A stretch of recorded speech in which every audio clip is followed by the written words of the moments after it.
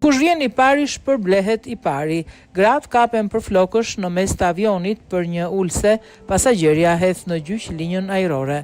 Një pasagjere e Southwest Airlines ka ngritur një padi kundër kompanisë ajrore dhe një udhëtare tjetër pas një sulmi të dhunshëm që ndodhi para nisjes së një fluturimi nga aeroporti i LaGuardia në New York. Livia Rombola ishte në bordin e fluturimit 779 me destinacion Kansas City në 16 qershor 2025, kur sipas padis, ajo u sulmua nga Lena Peri, 32 vjeç, e cila dyshohet se ishte dehur. Sulmi i filmuar nga pasagjerët dhe i bërë viral në internet tregonte Perin duke i kapur flokët Rombolas dhe duke ofenduar me fjalë të rënda.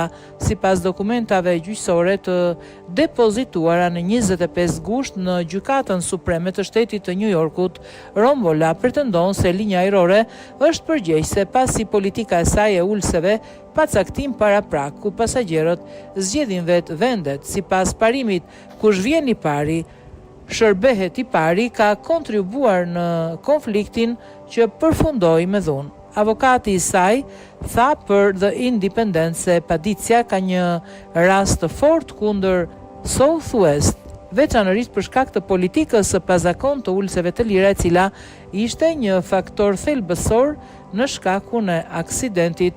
Në padi, Rombola thot se pësoi lëndime serioze dhe të dhimbshme, disa me pasoja të përhershme, si dhe tur publik dhe traumë emocionale pasi video e sulmit u shpërnda gjërësisht në rrjetet sociale. Gjatë incidentit, Peri u ndalua nga pasagjerë të tjerë dhe kuipazhi u lidh me zinxhir dhe u largua nga avioni.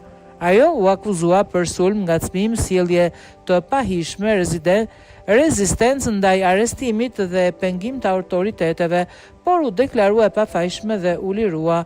Seanca e radhës gjyqësore pritet në 3 shtator, sipas New York Post.